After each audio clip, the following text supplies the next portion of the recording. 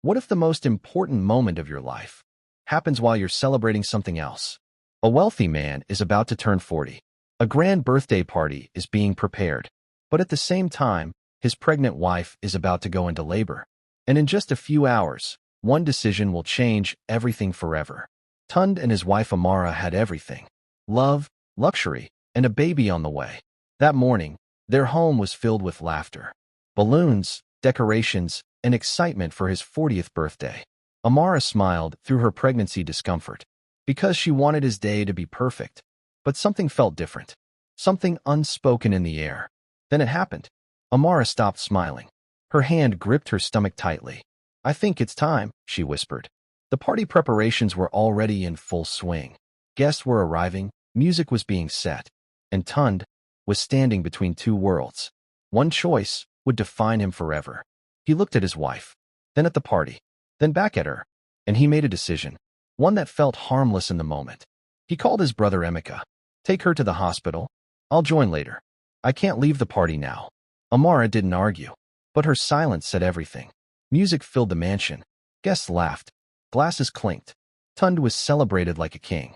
40 and fabulous, they shouted. But deep inside, his phone kept buzzing.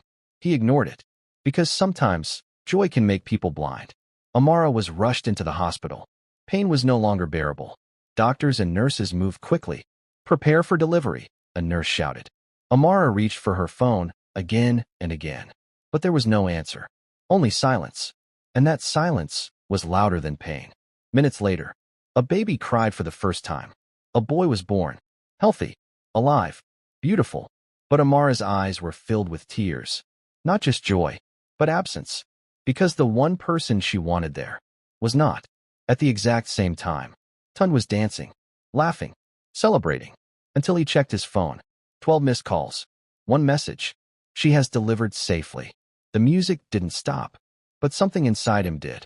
He left the party quietly. For the first time, the noise felt meaningless. When Emeka saw him, his voice was cold. "You chose a party over your wife's pain." Those words hit harder than anything he had ever heard. And for the first time that night, Tund felt empty. At the hospital, he finally walked in. Amara was holding their newborn baby. She looked at him, tired, calm, silent. "You came after everything started without you." No shouting, no drama, just truth.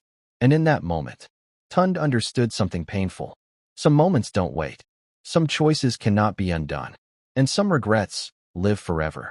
A birthday comes every year, but a child's first breath only comes once. If you were Amara, would you forgive? Like, subscribe, and share for more.